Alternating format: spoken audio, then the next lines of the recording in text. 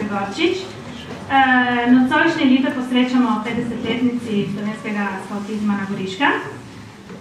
Častnikar in skaut, seveda, Andrej Černic, se bo pogovarjal s predstavniki različnih generacij skautov, ki so pač predstavljajo naše skaute na Goriškem. Želim vam lep večer.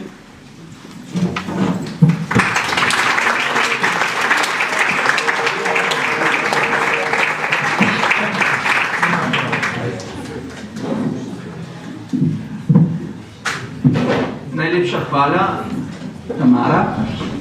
Veseli me, da smo danes v takem številu. Očitno je ta večer vsem nam pomeni veliko, ker smo v okviru skautizma na taborih, na sestankih preživeli veliko lepih trenutkov. In nekoliko bomo v tem večeru vse te trenutke spet obudili. Najprej, preden gremo v živo, oziroma preden se bomo vrnili spomini pač na obdobje teh 50 let, naj vam povem, da je to naše srečanje v bistvu drugo srečanje v sklopu praznovanja 50-letnice skautizma na Goriškem. Prva je bila maša v Štandržu decembra lani, 13. decembra, drugi je današnji večer. Pred nami pa v naslednjih tednih imamo še dve taki srečanji, na kateri ste seveda vsi vabljeni. Prvo tako srečanje bo v torek 19. maja ob 19. vedno v prostorih Kulturnega centra Lojze Bratuš. Takrat bomo odprli razstavo slik in pač drugih takih spominov na preživeto pot v skautizmu. In potem zadnji tak trenutek bo v nedeljo 7. junija spet tukaj v zunanjih prostorih Kulturnega centra Lojze Bratuš. Imenujemo ga s praznovanjem, s končnim praznovanjem te 50-letnice. Urnik pa je ta, ob 5:30 bo zbor, ob 6. bo maša, potem bo skautska paštašuta in večer se bo sklenil ob 8:30 s tabornim ognjem, ki vse to pripravlja organizacijski odbor, skautski organizacijski odbor ob 50-letnici skautizma. No, gremo sedaj v živo. V bistvu okoli mene je danes veliko sogovornikov in zato bomo tudi ta večer smo si ga tako zamislili, bo vsak od mojih sogovornikov skozi svoje izkušnje, skozi svoje spomine orisal tisti del poti, ki ga je sam preživel pri skautih in tako v bistvu osvetlil tudi obdobje, ko je bil pri skautih. Potem, ko bo vsak od sogovornikov podal svoj pogled in svojo vizijo, pa bomo prepustili besedi tudi publiki, da sami morda predstavite kak svoj spomin in da tudi sami nam kaj poveste. Začeli bomo z gostom na moji levi.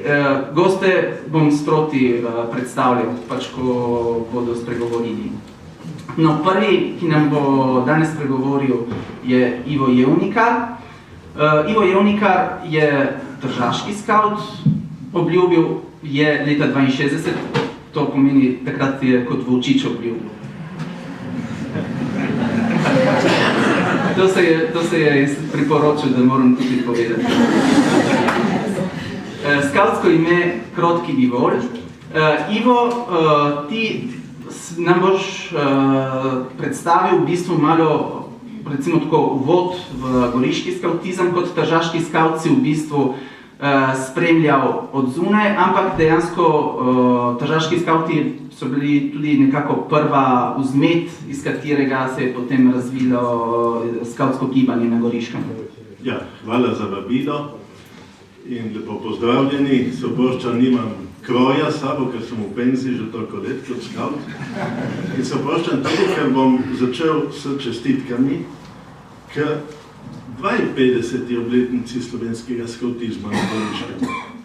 Ker skautizem se je začel leta 1963 na Placuti s skautinjami.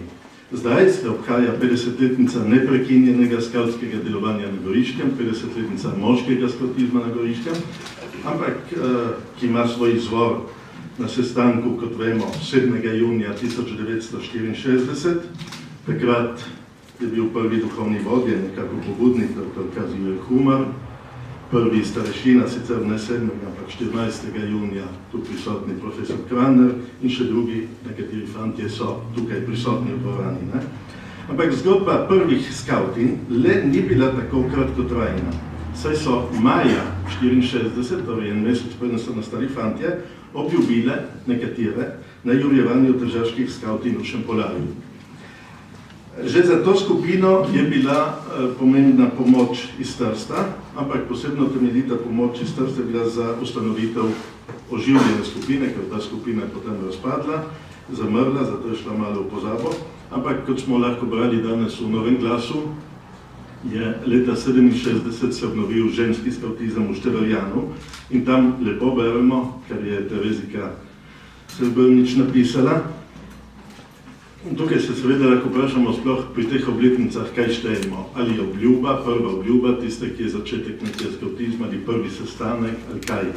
Recimo v Trstu, kjer je zamejski skautizem se rodil, vedno pravimo oktober 51, ne? Ampak prve obljube so bile šele 20. junija 54.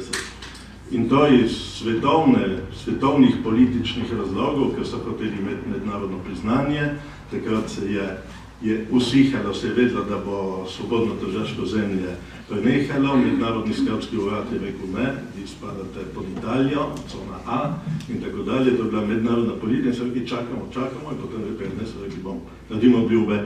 In torej 3 leta po ustanovitvi, torej kdaj je ustanovitev prava. Ne? Pastirček je vsekakor, ki ga omenja danes Novi glas zelo podrobno, je bil izredno propagandno in vzgojno seveda sredstvo dr. Jožeta Prešerna, ki ni bil tak, kot večkrat beremo v glosah profesorja Jožeta Pirjevca, ki je bil dolga leta njegov strežnik in ga danes v vsaki priliki nekako črni kot klenofašista, kot ne vem kakšne zadrte in tako dalje. Mi, ki smo vsaj v kasnejših letih rasli pri njem, vemo, da njegova najhujša psovka je bila sebičnež. Torej nekdo, ki skrbi samo zase, nekomu najzar, sebičnež. Imel je seveda, kot vsi mi, svoje napake, bil je kolerik in je zato marsikdaj podrl to, kar je z muko zgradil.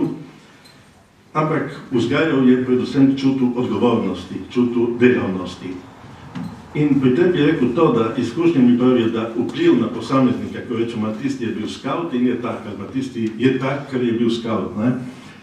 Da ni toliko organizacija kot taka, ki vpliva, temveč predvsem voditelji, laiki in duhovniki. Oni se mi zdi, da imajo bistveno vlogo pri oblikovanju mladega, ki se po njih zgleduje.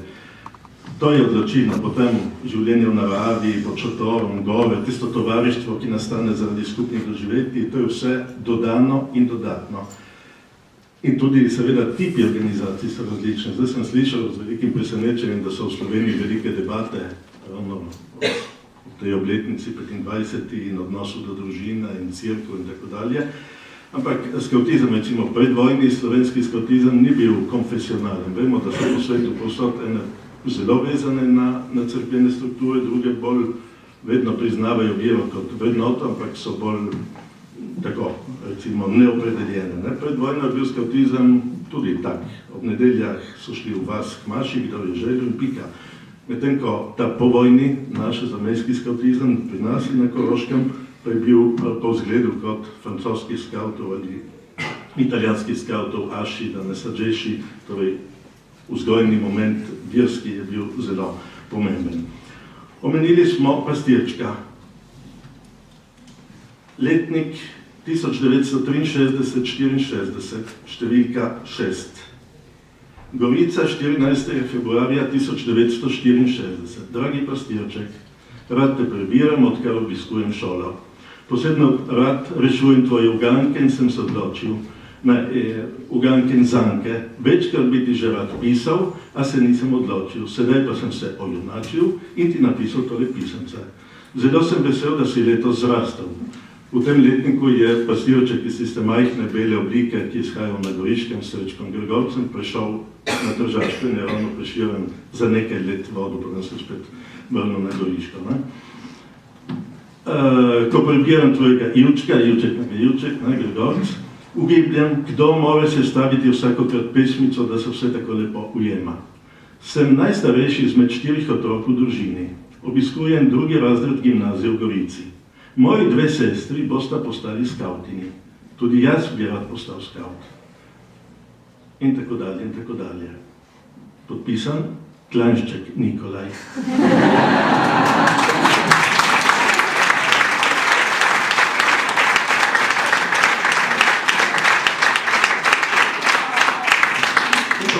Takrat je urednik odgovarjal, Prešeren je odgovarjal na pisma.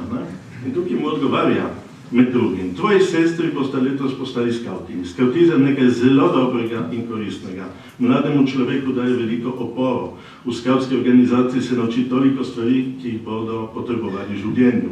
Ko bi le vsi dečki in deklice to razumeli in bi radi postali skavti in skavtine. Prepričan sem, da se bo tvoja želja uresničila.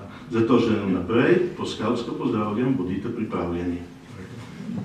To je bilo takrat. Ampak potem beremo, ni objavljeno pismo, je samo odgovor. Urednik odgovarja KRM, ali je to Kraner Marjan ali Marko, ne vem, Gorica. In mu pravi, iz Gorice si ti že drugi, ki pišeš, da bi rad postal skavt. Za skavtizem si že tako zavzet, da misliš celo priti v Trst in tu nadaljevati šolo, da bi mogel živeti skavtsko življenje. Pastirček se dobro zaveda, kako velikega pomene skavtska organizacija za mladega človeka. Zato rad prinaša kaj zanimivega v skavtizmu. Na svetu pravijo že okrog 13 milijonov skavtov. Poleg tega toliko skavt in tudi slovenski skavtov predvsej po svetu so na Tržaškem, v Argentini, Kanadi, na Koroškem. In tako dalje, in tako dalje. Zato ti želim, da bi se tvoja želja, da postane skavt, uresničila. A ne svetujem ti, da samo zaradi tega prideš v Trst. V Gorici je treba ustanoviti slovenske skavte. Gotovo poznaš še kakšnega drugega fanta, ki ima enako željo kot ti. Zgovorite se, ko vas bo malo več, potem vam bo pastirček pomagal z novimi nasveti, da boste mogli začeti z delovanjem. Gotovo boš našel še kaj takih sošolcev, ki se navdušuje za visoke vzore in hoče postati značajni, verni in sposobni fanti, kakršne zahteva današnji čas. To je april 64. In potem je takih pisem še več, ne? Recimo, tukaj beremo spet Nikolaj Klanšček. Gorica, 8. aprila 64. Dragi pastirček, že drugi se obglašam. Poročam ti, da bi moj prijatelj tudi postal rad skavt. Povedal mu bom, naj ti piše in da ga boš bolje spoznal. Pošiljam ti tudi rešitev gang 7 številke in tako dalje. In potem spet odgovor. Iz več pisem je razvidno, da se vedno bolj zanimajo za skavtizem tudi na Goriškem. Sedaj je čas, da želje preidejo v dejanje. Treba je ustanoviti skavtsko četo v Gorici. Pri četi mora biti četovodja in cerkveni asistent. Gotovo se bo našel kak učitelj, profesor ali kak drug izobraženec, ki se bolj zanima za skavtizem. Cerkvenega asistenta imenuje cerkvena oblast. In še zadnja stvar. V številki 9, letnika 63-64, juni 64, torej pred prvim sestankom skavtov, prve dni, je poročilo, nastopili so skavtsko pot o Jurjevanju in piše, skavtine so se zbrali v Šempolaju, kjer so zaradi dežja imeli v cerkvi Svetomašo, pred cerkvijo pa obljubo. Pozdravili so z navdušenjem prve skavtine iz Gorice. Torej, ta pastirček je dejansko, kot beremo danes v Novem glasu, je imel tako, ampak je prav pozival in zahteval od duhovnikov in laikov na Goriškem, da dajo tem mladim možnost, da zaživijo kot skavti. Vse to se seveda vklaplja v vseslovensko skavtsko zgodovino, ki je ne moramo zdaj tukaj obnavljati, ampak ima svoj začetek od 200 leta 22 v Ljubljani, ampak med tistimi dijaki klasične gimnazije, ki so se odločili za to, sta bila brata Metod in Danilo Brezigar. Danilo je bil oče našega bivšega deželnega poslanca Bojana iz družine učitelja v Dobrodobu, ki so zatekla v Jugoslavijo, ampak se je po vojni vrnila v Nabrežino. Torej, že prav pri začetku je tudi nekaj zamejskega skavtizma. Goriški skavti ste potem bistveno vplivali na nastanek, ampak to bo povedal Peter, na Združenje slovenskih skavtov in skavtin. In ti skavti v Sloveniji, v Matici, so bili ustanovljeni uradno 31. marca 90, zdaj so praznovali 25-letnico, ampak vemo, da so v ilegali delovali že nekaj let prej in da je Peter obljubil na vašem jurjevanju. In če zaključim spet, kot sem s tem, da voščim 52 in 50 obletnici, tudi to bi rekel, da nekateri izmed vas in tudi sam kot turist, smo obiskali prvi slovenski skavtski džembori julija 2008, tam pod Turjakom, prvi. V resnici bi lahko rekli, da je bil 10. Zakaj? Ker pred vojno so imeli skavti tako imenovane župne tabore. Torej, to je bil džembor vseh slovenskih skavtov takrat, leta 28, 29, 34, 37. Zamejskih skavtskih džemborjev je bilo 5, od Pineda po potresu 76 do Terskih dolin leta 2006. Ampak vmes bi rekel, da je bil ta 5. slovenski džembori, tabor v Zajzavi leta 64. To je bil, za Tržačane ni bil prvi tabor, ampak za Goriške brate, fante, je bil prvi skavtski tabor in za koroške skavte tudi prvi. Smo bili vsi v tisti dolini, tam med starimi bunkerji iz prve vojne in to je bil prvi zamejski džembori, oziroma, če gledamo, ker skavtov v Sloveniji takrat ni bilo, Korošci, Tržačani, Goričani, je bil lahko rečemo 5. in bi lahko iz našega spoštovanja našega zgodovinskega spomina bi lahko rekli, da je bil torej ta pri Turjaku leta 2006 že 10. džembori, ker smo jih mi izvedli 5 ali 6.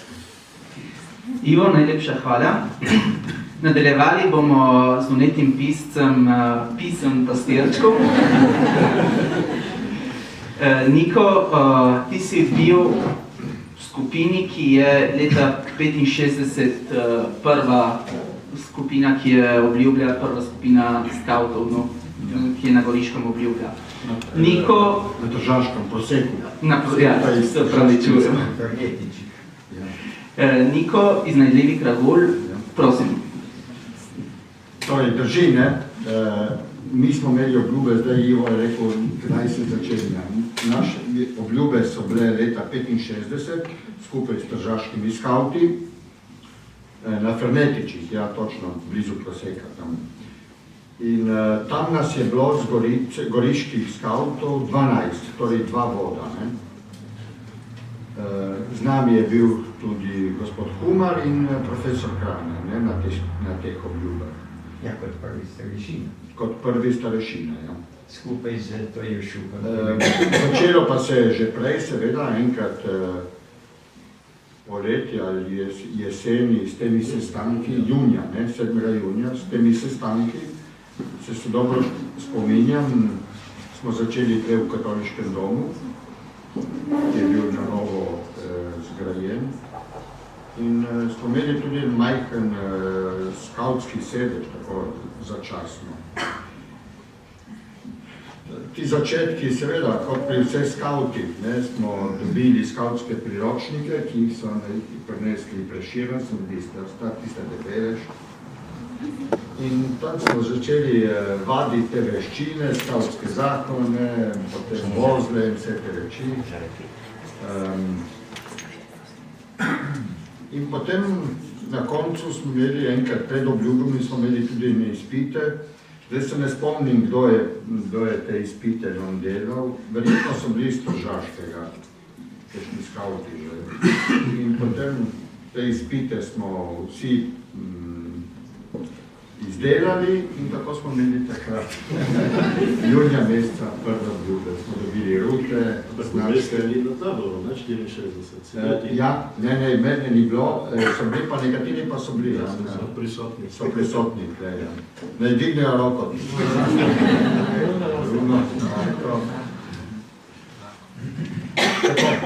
To so bili torej začetki, prvo leto.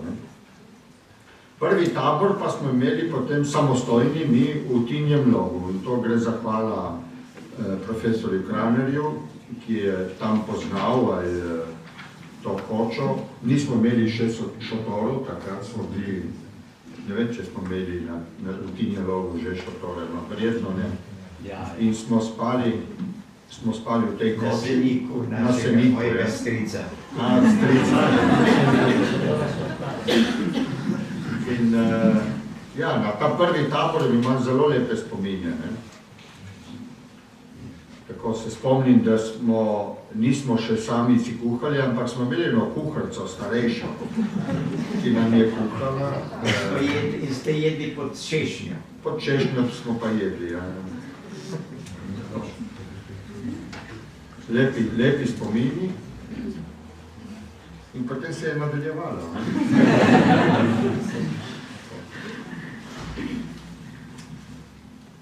Kaj bi lahko še povedal? Kakšne posebne dogodivščine. Se spomnim, da prav tam v Tinjelovu je bil zdaj že, ja ne omenim, da iz te prve skupine nas je ostalo samo še 6 živih, ne? So iste slike, ne? Drugi so že vsi, ja, recimo Mirko Špacapan, Peter Špacapan, Renco Češčut tudi ga ni. In še kdo ne. Drugi so vse živi. Ja, tiste slike, Hugo Culja tudi. Še kdo ne.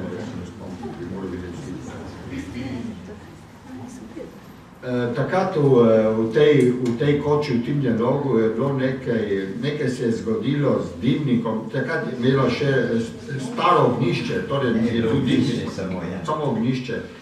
In gospa Milka je kuhala nam tam in nekaj se je, Renco Češčut se spomnim, je hotel nekaj ji nagajati, je šel gor na streho, na dimnik in ji zamašil ta dimnik. Gasilo in ona vsa obupana. To so bile take skavtske aventure.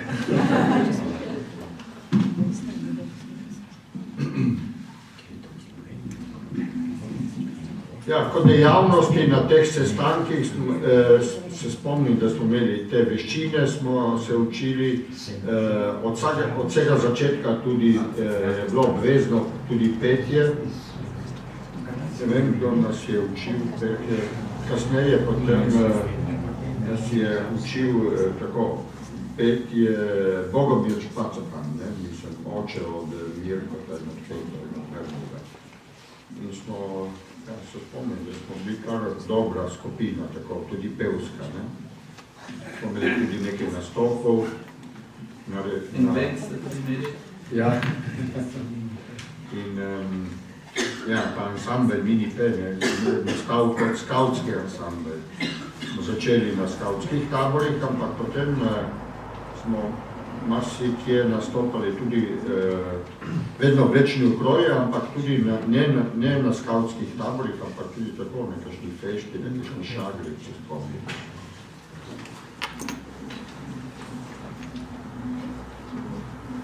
Druge, ne vem, kaj bi še zanimalo. Morda, če se bo še česa spomnil. Če gremo naprej v tem našem kratkem pregledu, bom besedo predal Mavrotu Lebanu. Mavro Leban je obljubil leta 1972, močni bobar. Mavro, pri tebi je argumentov oziroma tem, ki bi lahko odprli, ogromno. Prepustil bom tebi, ti v bistvu si že dolga leta aktivni član. Kaj in kako se je spreminjal v teh desetletjih, v bistvu, odkar si ti član skavtske organizacije, kako se je organizacija spreminjala, kako se je skavtsko gibanje spreminjalo? Dobro večer vsem, ker mi tudi otroci očitajo, da doma da ne znam biti več tako sintetičen, kot sem nekoč znal biti, sem si napisal nekaj reči, tako da bomo ohranili to mejo časovno. Čisto nekaj suhoparnih podatkov, kar se tiče krajev. Krajevni razvoj organizacije je takoj zaobjel poleg Gorice tudi Štandrež, Dobrodob, Sovodnje, Rupa Peč, vsaj, če štejemo to kraje, iz katerih so prihajali skauti. Polagamo potem tudi samostojnimi skupinami. Kasneje tudi še Podgora, Rupa Peč, mislim, da se omenil Gabrije, Števerjan, Jamlje, nazadnje še Prešivo in za nekaj časa tudi Štmaver. Nekako od začetka, tam do kakšnega leta 82 je številčna organizacija rastla, tako da smo od prvih 12 številk prišli do 250 oseb, tudi že članov upisanih v letu 82 in to tudi z določenimi nihanji, kajti na taboru leta 77 na primer beležimo samo 28 članov na taboru. To število je doseglo svoj višek leta 82 in mislim, da to je sovpadalo prav z Marjanovim prihodom, ko je on nekaj let že bil v Gorici, začel poučevati v srednji šoli in takrat je bilo navala veliko, tako da se spomnim, da kar 2 leti zaporedoma, leta 81 in 82 smo morali taboriti v Logu pod Mangartom, ker drugega kraja primernejšega nismo dobili, da bi lahko sprejel tako veliko število ljudi. Nas je bilo 150 na taboru. Od tega trenutka dalje se je število tudi postopoma začelo nižati, tako da se je zreduciralo na tistih 150 aktivnih članov in dolga leta se vrtelo tam okoli. Jaz mislim, da zdaj, če štejem aktivne člane, zadnja leta smo prišli približno na 100. Evo, ker sem bil tako mogoče prisotnih lahko največ časa organizacij aktiven, jaz bi rad omenil samo 2 mejnika, 2 trenutka in tako da razdelimo lahko potem zgodovino organizacije na 3 obdobja. Prvo, tako obdobje leta 76, zelo pomembno tudi zame osebno, ker sem se takrat znašel po zaslugi Bernarda in Mirka, ki prvič nista mogla biti prisotna oba ves čas na taboru, sta pa izročila piščalko, tako rekoč meni in mojemu pokojnemu sošolcu Ivanu Sirku. In so rekli, tukaj imate, mi smo prisotni, mi pa sva prisotna, sicer en teden eden, teden drugi, ampak vodita vi. Tako da praktično jaz štejem to leto pri mojih 16,5 letih, čas, ko sem začel potem tudi načelovati organizacijo. Ta začetek, to leto je pomembno zakaj? Zato, ker smo se takrat združili s Tržačani. Prvi džembori ob 25-letnici obstoja tržaških skavtov je bil v Pinedu. In od tega trenutka dalje smo začeli razmišljati ne samo, da proslavimo to obletnico, ampak tudi, da potem postopoma združujemo organizacije. In tako se je tudi zgodilo. To obdobje do leta 76 bi ga lahko označil kot eno obdobje, ko smo sicer bili zelo zavedni skavti, ampak nismo imeli enega poznanja, ne metodologije, niti ne strukture kot take. Smo skoraj rutinsko ponavljali ene dejavnosti, ki smo jih sicer se naučili, ki smo jih izvajali, zato ker so drugi voditelji pred nami. Se nismo poglabljali preveč v smislu tega, kar delamo, v sredstvo, v metodologijo. Naprimer, v Učiči so bili majhni izvidniki, so delali to, kar delajo izvidniki, samo v manjši obliki, v krajšem času in tako naprej. Rovarjev sploh ni bilo, ko se govori o četi, se je mislil na organizacijo, sploh ni bilo toliko poudarka na tri veje. Taborili smo vsi skupaj, recimo Goričani. Kljub temu, kot sem rekel prej, nas je bilo 150 tabor, kljub temu, da je sam Badne Pavel poudaril, jaz iz izkušnje svoje vidim, da znam voditi 16 ljudi. Predpostavljam, da vsak od vas voditeljev novih ste dvakrat bolj pridnejši od mene in boste lahko vodili čete s 32 člani. Mi pa smo jih imeli 150 na taboru, smo se s tem hvalili, ampak če potem pomislimo, ni bilo česa se hvali tega, ker konc koncev nisi niti včasih tvegal, da nisi niti poznal vse člane na taboru. No, ta združitev s Tržačani je povzročila to, da smo počasi skušali iskati skupne točke, poenotili metodologijo, poenotili pravilnike in iskali skupna pravila, skušali vreči na papir ta pravila. In to delo je trajalo kar dolgo. Se je začelo, prva pravila napisana so bila 15. decembra 1976, ena stran z 10 točkami. Prvi pravilnik, ki pa je tako potem tudi zaokrožil malo bolj bistveno tudi celotno vzgojo, je bil podpisan 14. decembra 1986. Se pravi, 10 let je trajala ta združitev. Smo se vedno, ko smo se stajali, poudarjali to, tisto, kar utegnemo poenotiti, tisto naj velja. Za drugo, če se ne da, naj ostanejo še navade, načini dela, metode ločene. In počasi smo prišli do tega. Ampak res so bile navade različne, je bilo zelo naporno to delo poenotenja. Se je kazalo tudi rivalstvo med Trstom in Gorico. Čisto konkretno, Tržačani so doživljali ta upad Goričanov kot trenutek, ko pridejo Goričani krast punce. In se je dejansko kar nekaj parov sestavilo takrat. Mislim, niso samo subjektivna mnenja, glede na to, da se tudi svojo boljšo polovico dobil prav na pripravi na džemborju na Višarjah, ne izletu na Višarjah, ko so imeli. Ampak so bili dejansko napadi, če beremo stare jambore, bomo še videli, kako je ta stvar še potem dolgo kasneje tlela v ljudeh in tudi povzročala slabo kri. To rivalstvo se je kazalo na športnih srečanjih, na vseh srečanjih, kjerkoli smo kdaj bili, je bilo velika tekmovalnost. Potem se je tudi zgodilo celo, da ob priliki drugega džemborja leta 1979 v Logu pod Mangartom, mene ni bilo, ker sem bil pri vojakih, je pa takrat me nadomeščal Marko Bukovec kot načelnik in seveda pokojna Franka je vodila tabor, recimo tako za oba tabora, ampak je trpela pri vseh teh trenutkih, ko se ni dalo dobiti skupnega jezika.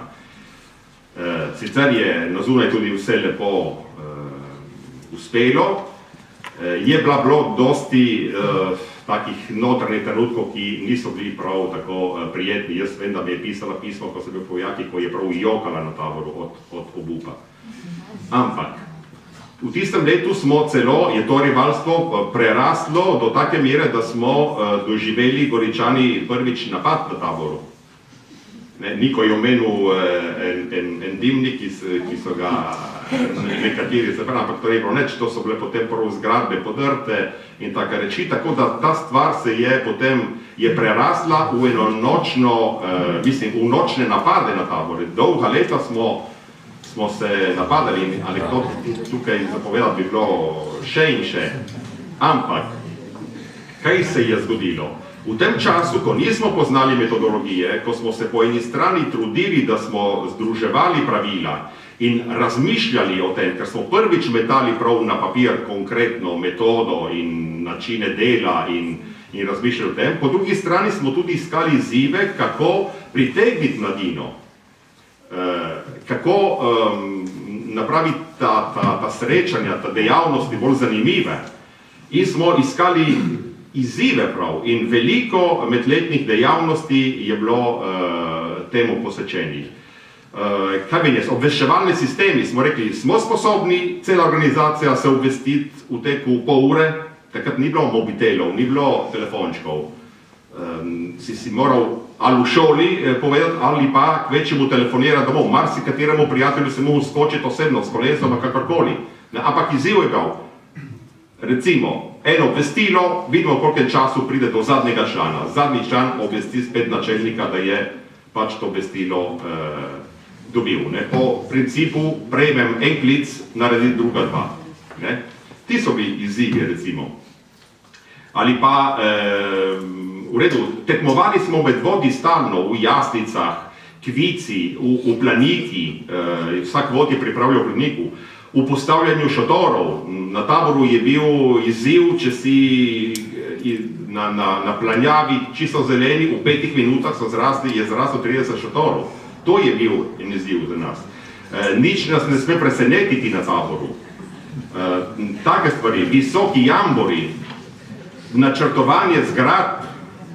Vem, eno leto se nam je na enem taboru, pač je jambor padel, se je zlomil na pol, smo ga dali skupaj z vozli in z vezavami in spet istega dvigali. Za 25-letnico smo imeli tabor visok 25 metrov.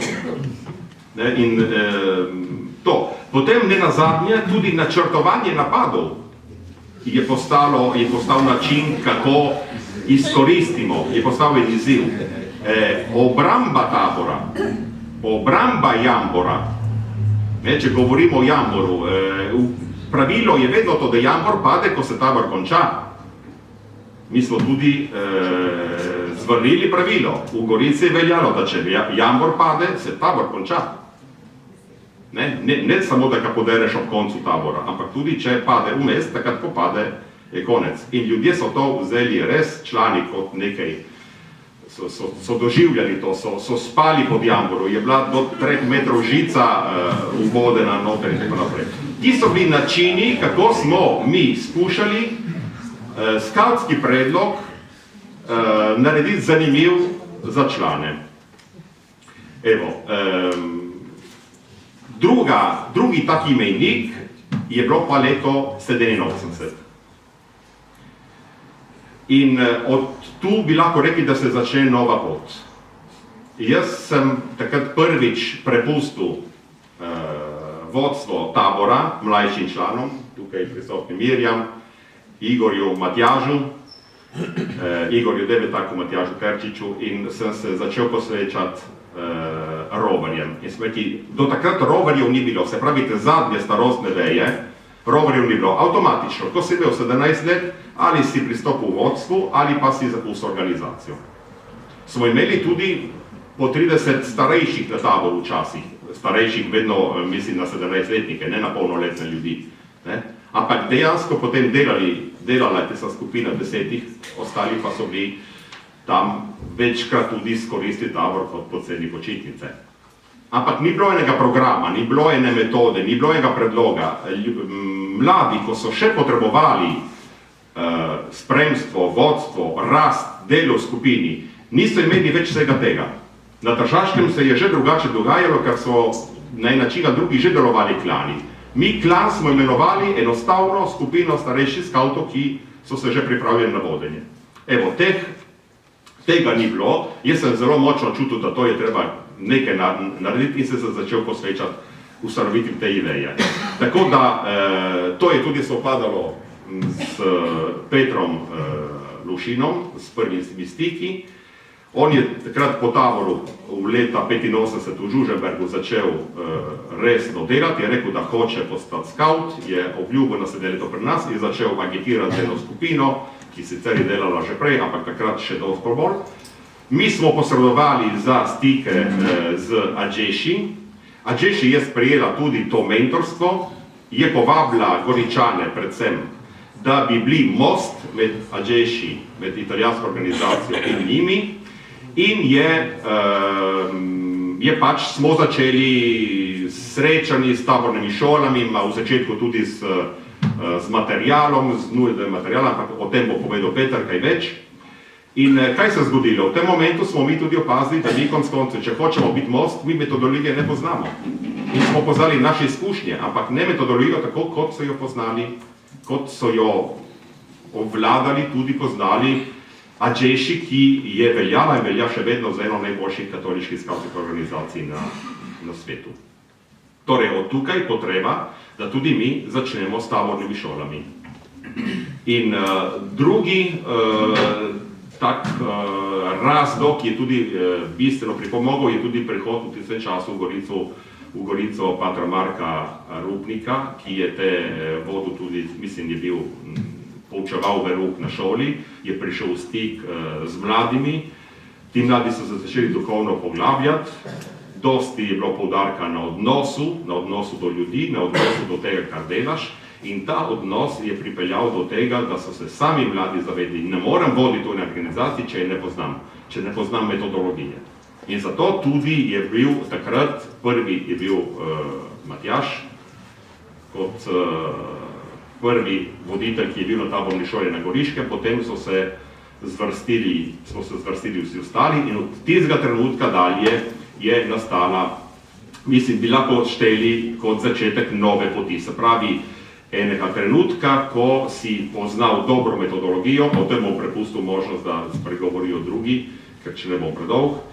In praktično mi smo s to novo potjo res zdaj zaživeli skautizem tako, kot je treba. S tem, da točno veš, kaj delaš in ne delaš nekaj samo iz ene navade. Hvala za enkrat.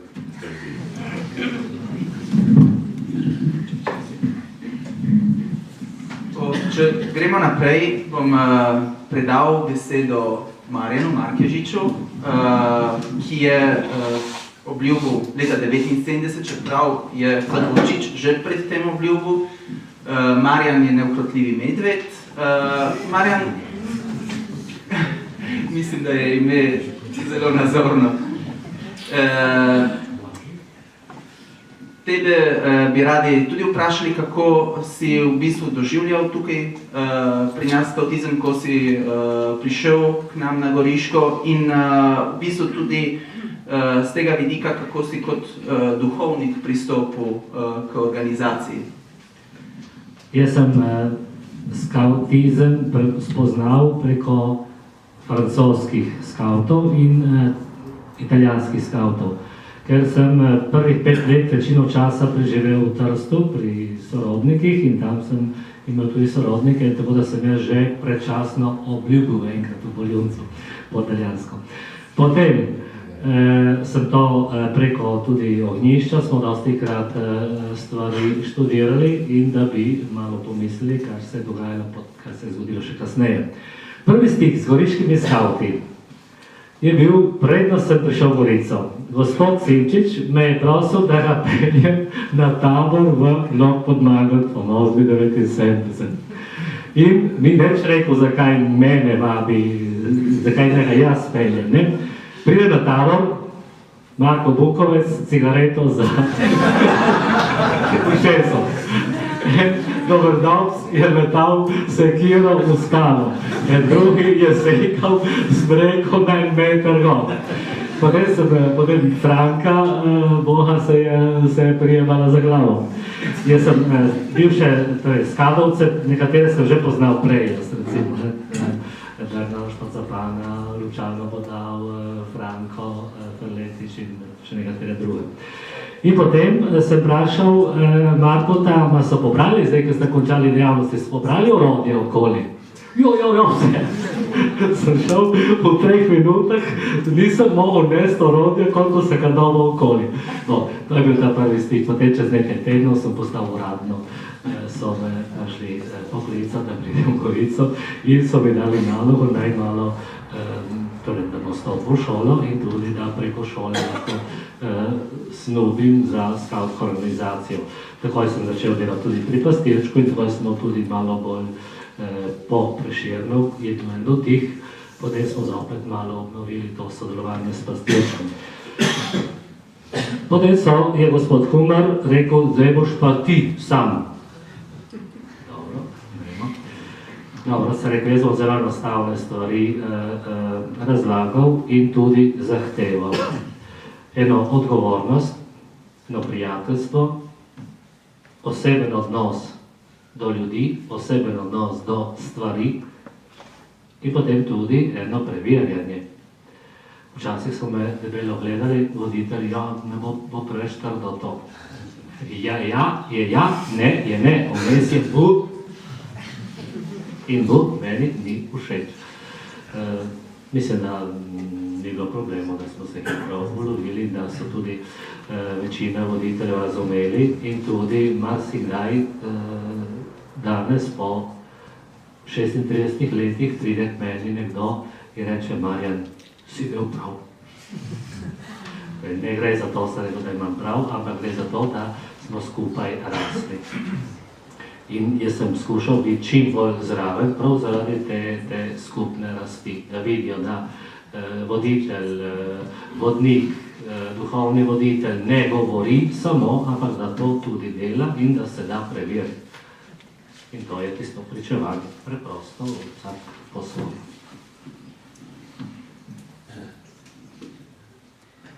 Hvala. Petra Lovšina smo danes večer že večkrat menili. Gre v bistvu za ustanovitelja slovenskih skavtov. Zveza slovenskih katoliških skavtov in skavtin je nastala leta 90. Predtem je bil Peter tudi v Gorici, oziroma v bistvu tukaj, čeprav razumem, se je halil. Tako da bomo njemu prepustili besedo.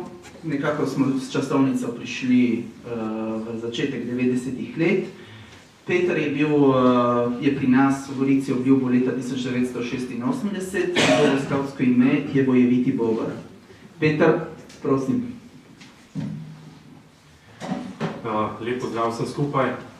Svoje skavtsko ime sem ravno prej malo govoril o napadih in tudi sam sem sodeloval pri teh napadih in tako sem dobil to skavtsko ime. Začetki, zahvala gre vam, goriškim skavtom, da je zopet skavtizem v slovenskem prostoru. Začetki segajo praktično v leto, zdaj uradno bomo rekli leta 1984. Se pravi, letos mineva 30 let, odkar sem jaz prvič prišel na tabor v Žužemberk. In sicer moj stric je duhovnik, trenutno službuje na Tržaškem. In je nekako poklical gospoda Martižiča, da če bi lahko tale fant nekaj mičkeno pogledal, se mičkeno zanima. In gospod Martižič me je počakal v Žužemberku in me peljal potem na tabor. Tam je se pa zgodila neka taka prelomna točka, in sicer Mauro v belih coklah, ki je sklical Kvadrat in naredil dobrodošlico. In tam je rekel, med nami je Peter Lovšin, ki je ustanovitelj, ki bo ustanovitelj slovenskih skavtov. In glejte, star sem bil 16 let, kaj je govoril, nisem vedel, ampak enostavno se je to vse skupaj uresničilo. Zdaj, kako je prišlo sploh do tega, do te moje ideje, recimo, pri skavtih, jaz mislim, da je to lahko temu rečemo tudi neke vrste božja previdnost. Leta 82 je bil tako imenovani prvi mečkano večji zapis v reviji Ognjišče. Jaz sem si tukaj naredil eno izsek in tam so bili na sliki, takrat sem bil star 12 let, oziroma 14 let, Marjan Levnikar, Mauro Leban, Alessandra Košič, Ivica Švab in Marjan Martižič, so bili vsi še črni.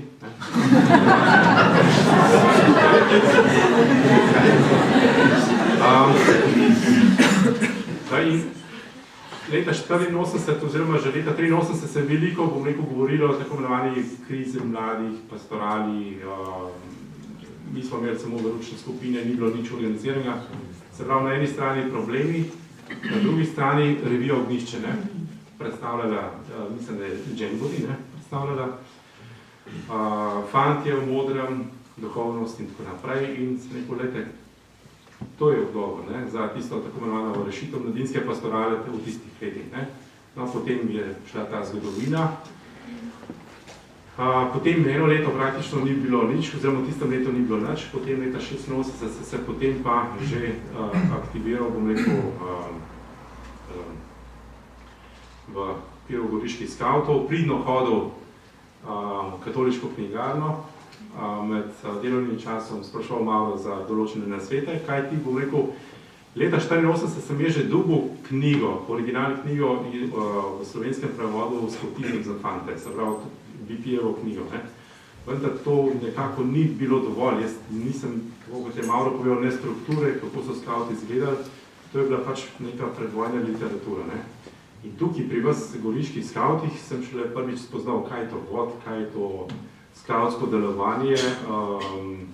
Oborožili so me zmeri za literaturo in jasno, še danes, ne, danes sem prav namenoma pogledal pri, vi rečete, Rdeči hiši oziroma v Rožni dolini, me stisne po želodcu, kaj ti velikokrat sem bil zaprt.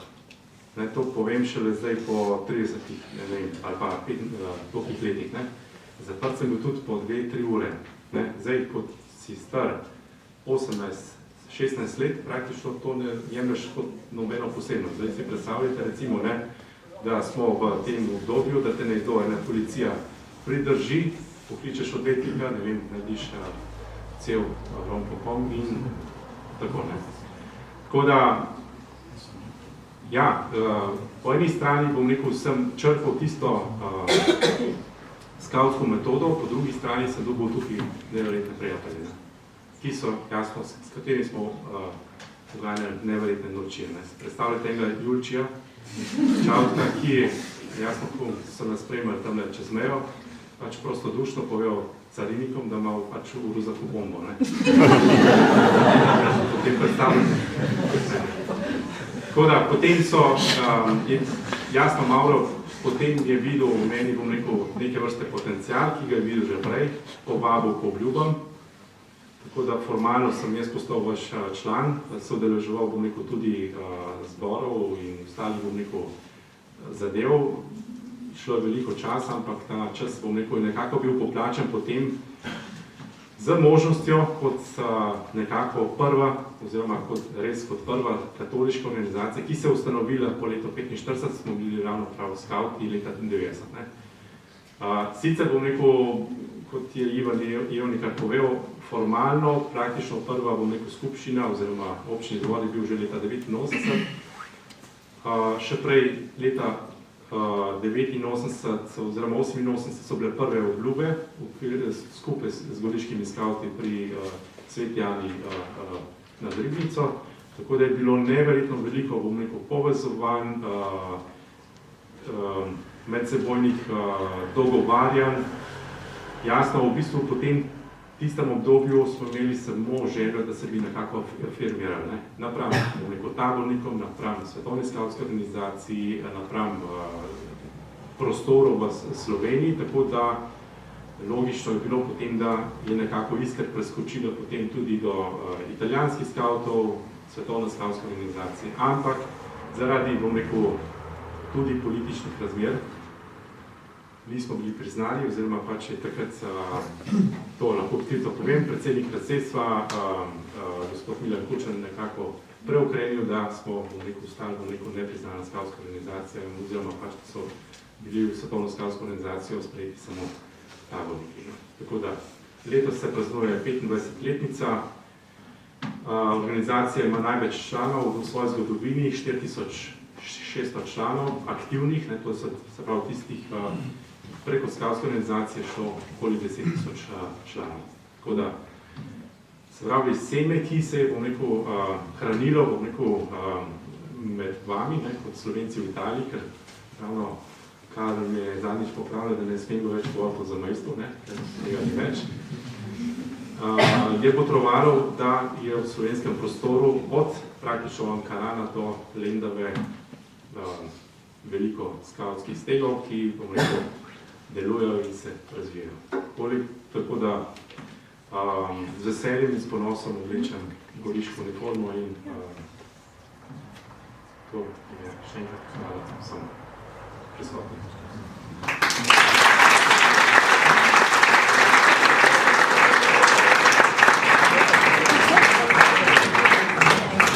Ko je Peter delal kosti, so po Sloveniji vsaj 4-5 let prej me kolegi, duhovniki spraševali, je zaupanja vreden ta fant, bo kaj iz tega, bo, za njega dam glavo.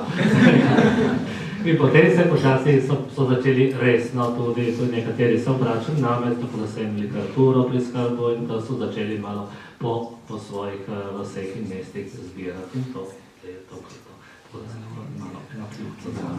Torej, potem čez nekaj let je kardinal Rode rekel, Marjan, ti si prerok, je to res to. Hvala. Gremo naprej. Besedo predajem Mirjam Černic, ki je žal edina zastopnica nežnejšega spola danes tukaj, na tem omizju govorim. In Mirjam, s tabo se bomo preselili malo naprej, v 90. leta. In tako kot vse druge bom tebe predstavil, obljuba leta 1981, skavtsko ime Nasmejana mravlja. Prosim. Ja, lep dober večer vsem. Ko sem poslušala vse prejšnje brate, ki so se spominjali oziroma ki so delili z nami in vse, kar smo dejansko živeli v skavtski organizaciji, se res poraja, ti pride v spomin vsi trenutki, ki si jih doživel s vsakim posameznikom, mislim, ker velika večina v tej dvorani ste bratje, sestre, skavtinje. Tako da danes večer, to, kar jaz povem, mislim, da bi lahko vsak od vas lahko povedal in razdelil z nami vse trenutke, ki jih je doživel, ko je bil aktiven član skavtske organizacije. Ko smo malo moji osebni začetki, jaz sem vstopila v skavtsko organizacijo, ko smo se z družino preselili v Sovodnje in moram danes večer se spomniti predvsem župnika, gospoda Marjana Komjanca, ki je res po Sovodnjah dobesedno lovil vse nas mlade in spravljal, da bi se vključili v skavtsko organizacijo. To, predvsem, da je bilo župništvo vedno odprto in se je razdajal in skušal nas na vse načine, da bi pristopili, ker je verjel, predvsem to, kar je že gospod Marjan povedal, da se da vero posredovati mladim, predvsem, če doživijo, če imajo eno osebno izkušnjo. In tako, te besede gospoda pokojnega Marjana Komjanca, tako mi so vedno ostali v spominu in mislim, da še danes je skavtska organizacija, tako bi rekla, ima svoje mesto v družbi, vkolikor res nudi mladim eno izkušnjo, predvsem prijateljstva in življenja tudi v skupnosti. Potem, po tej tako osebni, ko sem se vključila v skavtski organizaciji, so bila leta potem res, ko smo živeli te velike tabore, nas je bilo res ogromno. Vem, da je prisotnost gospoda Marjana in potem tudi, ko smo živeli z gospodom Karlotom, ko smo kuhali in tako si res pripravljali skavtske tabore do minimalnosti, do potankosti. So prišli potem res tisti trenutki, ko je že prej Mauro omenil, nekako preloma v skavtski organizaciji, potem ko smo začeli obiskovati res taborne šole. Tam se je res potem zlasti, jaz sem bila vedno aktivna v veji izvidnikov in vodnic, smo najbolj peljali naprej to podajanje recimo prav podviga, ki je nekako mlade spodbujal k, čeprav na kratko povem, da je bila najprej na zamisel, potem smo skupaj reflektirali oziroma je bil postavljen načrt, potem se je izvedlo recimo postavitev šotora ali karkoli se je pač načrtovalo, potem se je reflektiralo in na koncu praznovalo. In to se mi zdi, da je v tistih letih pustilo skavtski organizaciji velik, tako se mi zdi, velik pečat. Leta res smo doživljali tudi tako v prvi osebi res prijateljstvo s Petrom, to druženje s slovenskimi skavtsko organizacijo, njihove težave in upe v prvi osebi. Tako, jaz bi predvsem to poudarila v tistih letih, ko smo tako živeli. Potem veliko, še samo to, ja, da veliko se je vlagalo tudi prav v samo organizacijo. V tistih letih res, da je postalo, tako bi rekla, da smo imeli se predvsem z Mojco, z Loredano, z Simonom Špatapanom, kjer so se res ubadali v prvi osebi, da so postavili na noge volčiče in volkulice oziroma krdelo. Potem v naši veji smo postavili na noge res izvidnike in vodnice z vsem, kaj pomeni medvod, kaj pomeni veja, četa in to, z Matjažem, z Igorjem, Julčijem in Petrom Farfoljo. Potem seveda tudi ostali, ampak tako v kasnejši formatu smo bili v tem. In potem Mauro in Nevja in predvsem še z nekaterimi drugo pomočjo so postavljali na noge klan. Tako da je skavtska organizacija postala organizacija, recimo, ki je nekako bila potem tudi v stiku z italijanskimi skavti. Tudi to, recimo, je bil čas, ko smo tudi mi spoznavali dejansko tudi strukturo Adžešija in ljudi, ki so bili znotraj te organizacije. Je bila povezava tako res dobrodošla in za nas pomembna v tistem trenutku. Za zdaj tako. Hvala. Če se vrnemo na drugo stran, bom predal besedo Karlu. Karlo Bolčina obljubuje kot Volčič leta 73, kot izvidnik leta 76, njegovo skavtsko ime Pojoči nosorog. Karlo, tebe tudi v bistvu skavtska pot verjetno je pomagala k temu, da si potem izbral svoje življenjsko poslanstvo. Kako se ti spominjaš skavtizma? Ker danes govorimo o spominih, meni se mi zdi, da je prav, da moramo najprej omeniti, da je skavtska organizacija imela vedno veliko oporo v naših duhovnikih. Najprej v vseh župnikih, v vseh tistih vaseh, kjer so bili skavti. Omeni recimo gospod Štantar, Vošnjak, potem taki smo poznali Precelj, Žorž, Primčič, to verjam. Mislim, gospod Komjen z Madrid, ne govorimo, on nas ne govorim Komjen, jer je se pozabila na kom bi preti. slavnikom. Torej, veliko oporo v njih, ne.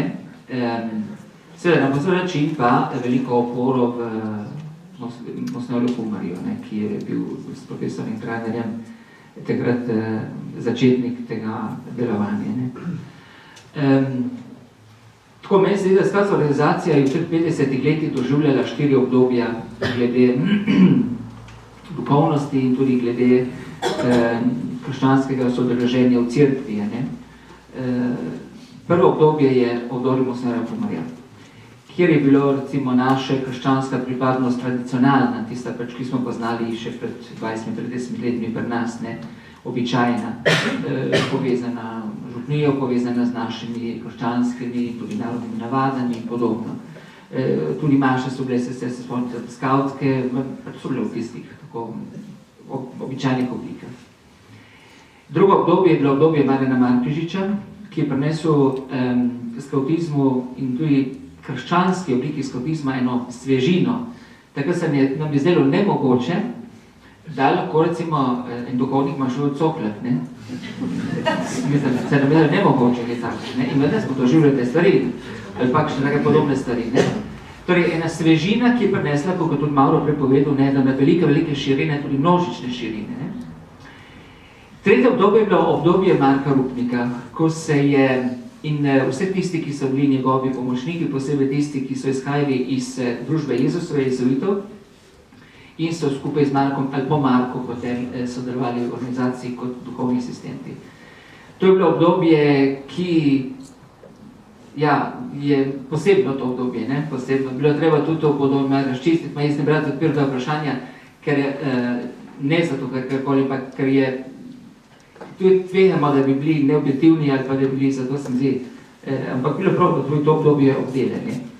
No in zdaj, te zadnje obdobje pa sedanje, sem zdi, ko skavtska organizacija, kako cela cerkev je v pričakovanju.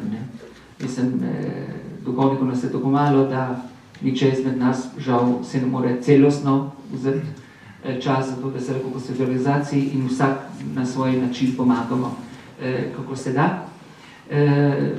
In še to, se mi zdi, te zadnje leta, ta veliko sodelovanje z duhovniki, bodi so v Sloveniji, bodi se pa na Italiji.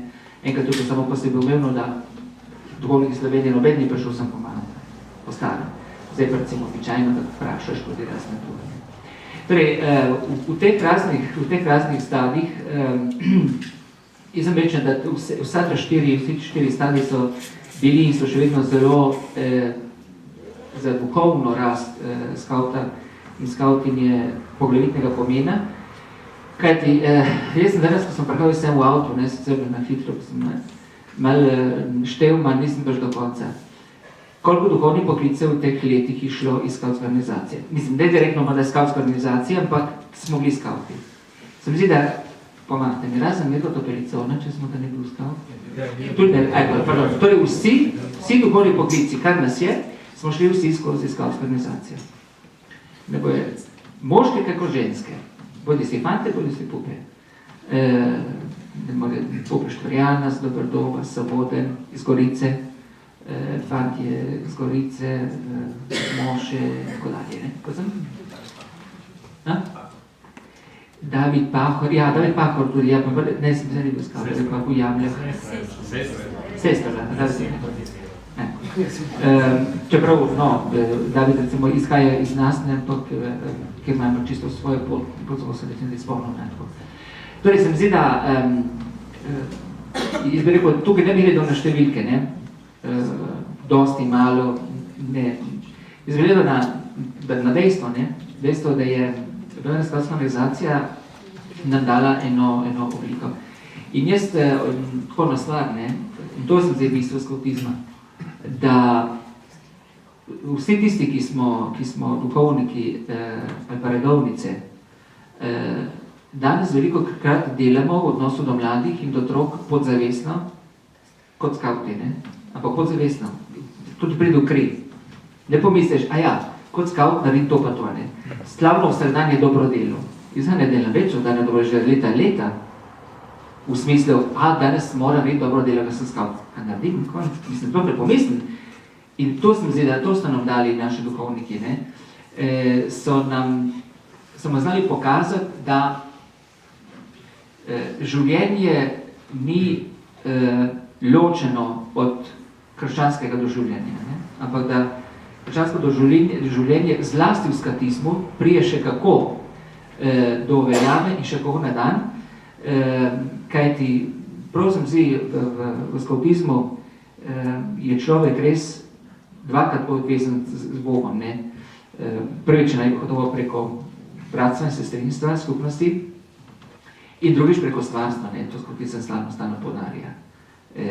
Da vse, kar je okrog nas, je Božji dar in zato je prav, da to Božji dar upravljamo, ljubimo in na razne način tudi obdelujemo. Tukaj se mi zdi poudarek, ki ga skatizem še vedno zelo ohranja in jaz, mislim, tudi kako sem prepričan, da kadarkoli iskal naravo, ne nese seboj tega, kar je umetno, ne nese seboj plastike. Ohrani to, kar je naravno, čim bolj po možnosti, če se da narediti tudi torbo iz naravnega materiala in ne iz plastike. To ne zato, da bi bili zdaj naturalisti, ne gre za to, ampak zato, da bi čutili res, da to se na duhovniki skušali povedati v teh letih, da kar je Bog dal, je dal zato, da lahko mi uporabimo in da nam je dobro. In v skavtih nam je bilo in tudi nam je še lepo. Čeprav nekoč morda kot bolj majhni, zdaj nam bolj veliki. Hvala. Naslednji naš sogovornik bo Ivo Cotič. Če spet malo pomaknemo to časovnico naprej, govorimo v bistvu o 90-ih in potem v bistvu na prelomu tisočletja tudi, oziroma potem, če gledamo tudi kot načelnik organizacije, še malo dlje.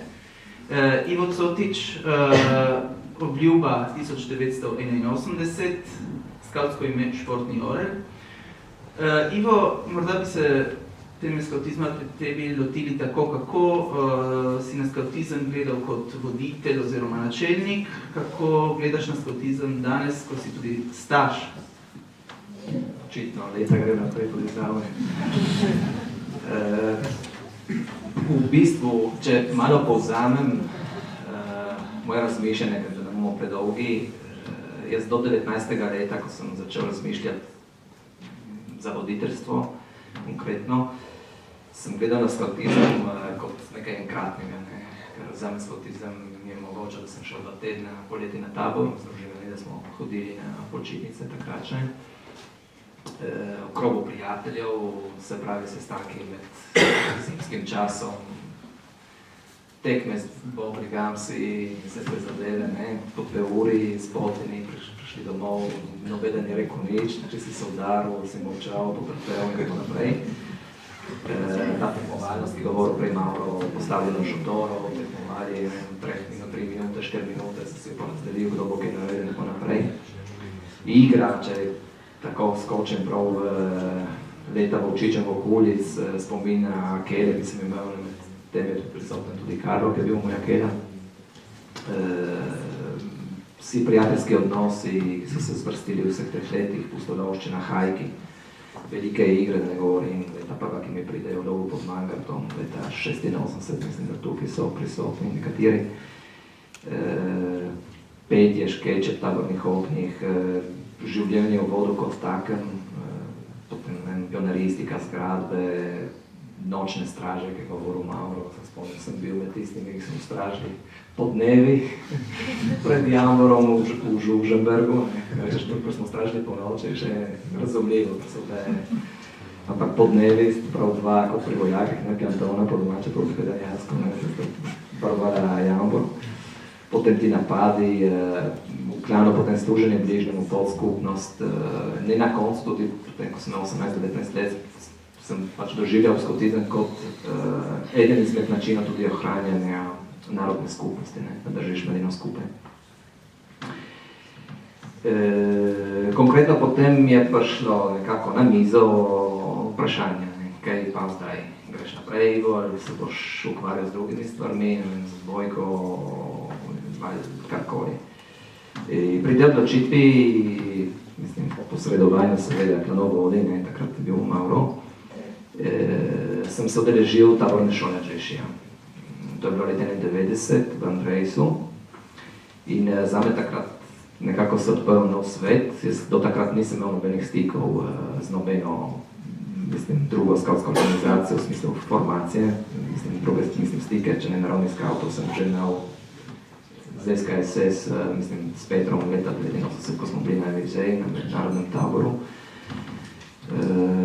In ta taborna šola v bistvu je meni spremenila pogled na skavtizem, na skavtski vzgojni predlog. Spoznal sem v bistvu, da kar sem do takrat doživljal, je v redu za enega mladostnika, ko pač prejema v glavnem in doživlja stvari. Ampak morda potem je tudi čas, da kot voditelj, če želiš nekaj posredovati, je prav, da si določene odgovore daš, da si malo razčistiš odnos do določenih stvari in tudi glede metodologije, mislim, da spoznaš, kaj jih sploh lahko preko skavtizma nudiš.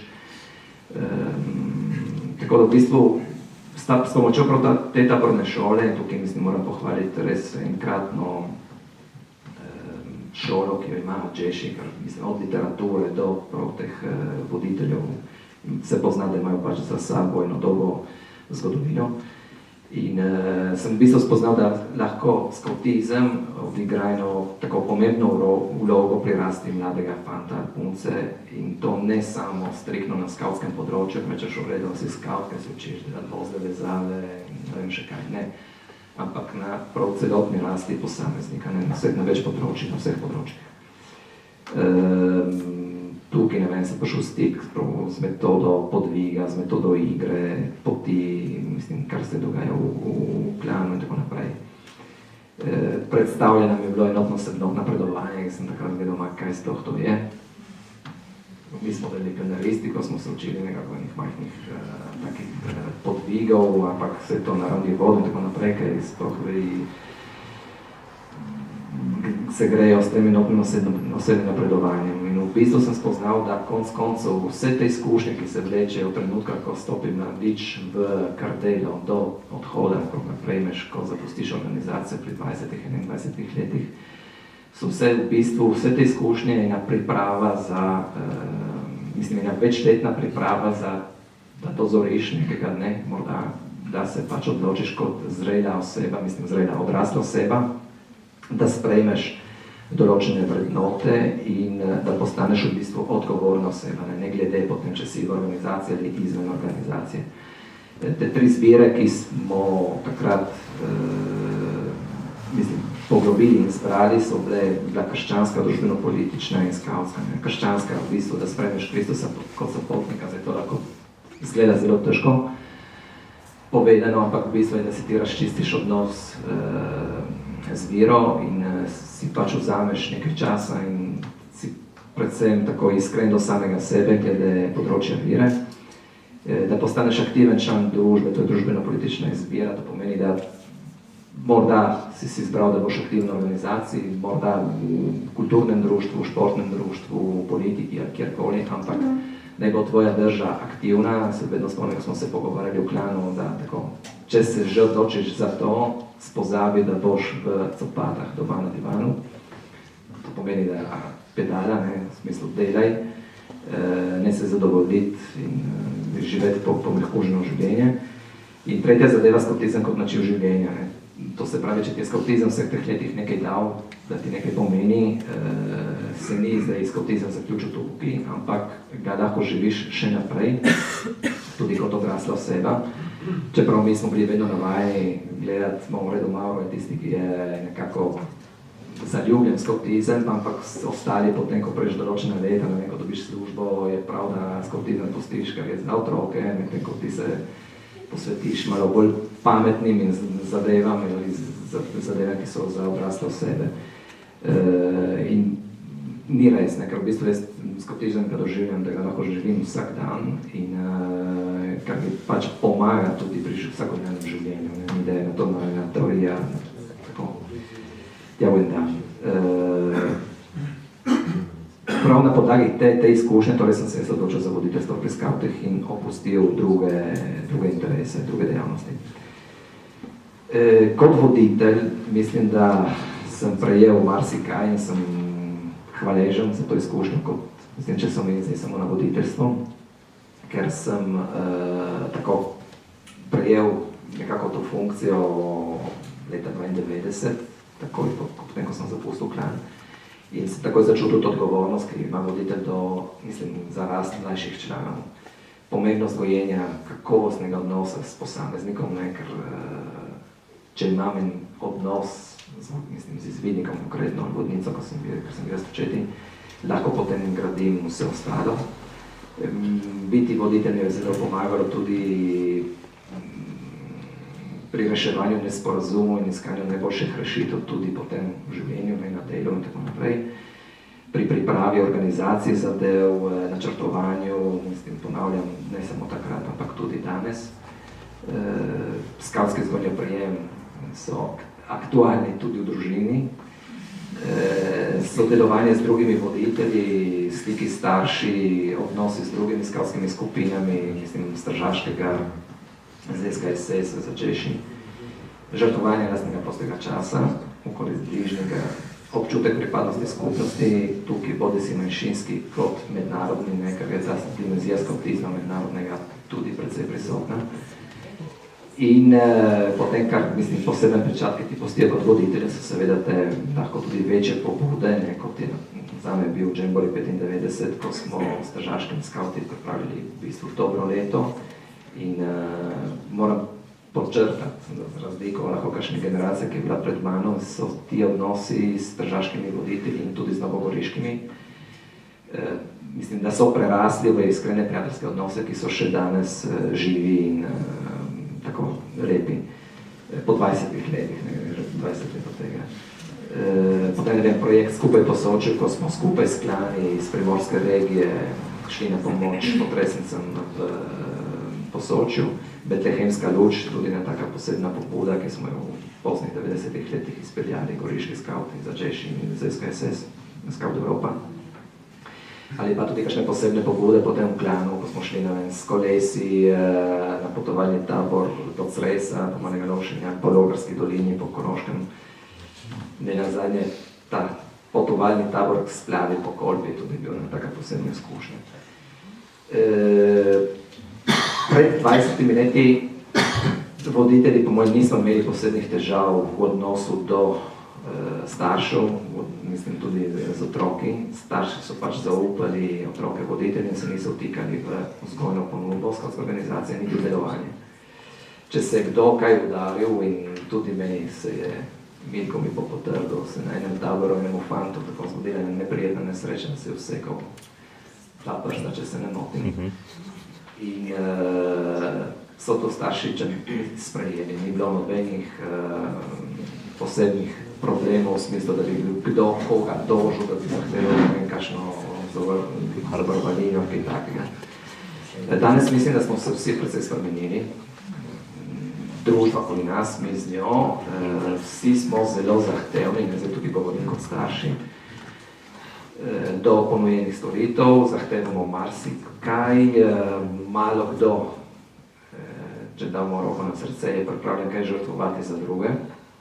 Vsi pa smo zelo predni kritizirati te voditelje in jih učiti, kako bi bilo treba delati, kako se je delalo pred 20, 30 ali ne vem koliko letmi, kako bi bilo treba delati danes in tako naprej.